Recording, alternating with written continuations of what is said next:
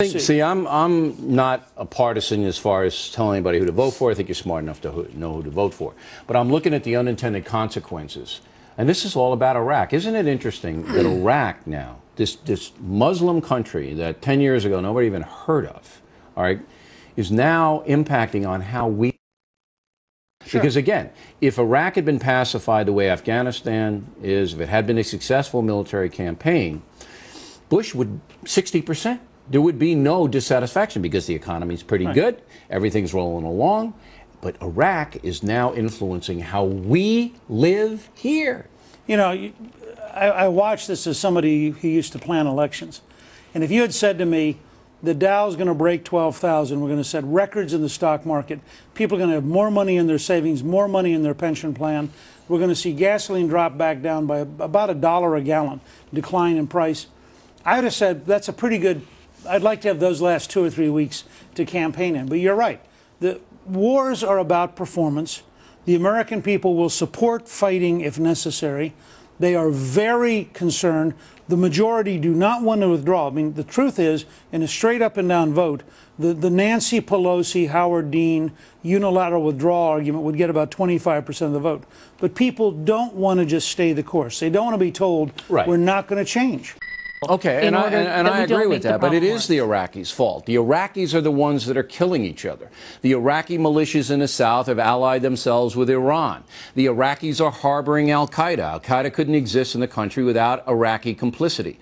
So it is the Iraqis' fault, and to give them a pass is ridiculous. Now, our fault is we didn't anticipate the fact.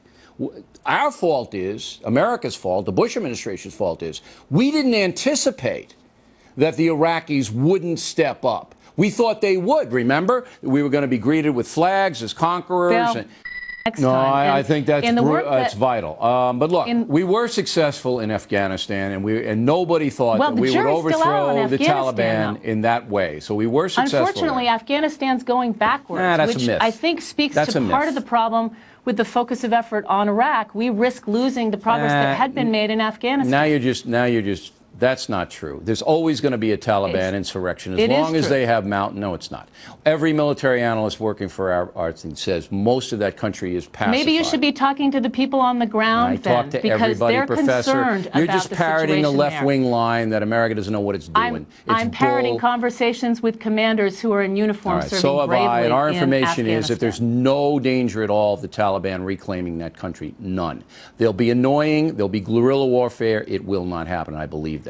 Final question I assume then that you're discounting the views of the British commander of the new NATO force who's quite concerned about the direction. Everybody's concerned. The point Nobody is that we thinks need the to have a different Taliban's going to strategy win. in Afghanistan also. Okay. They're very serious issues.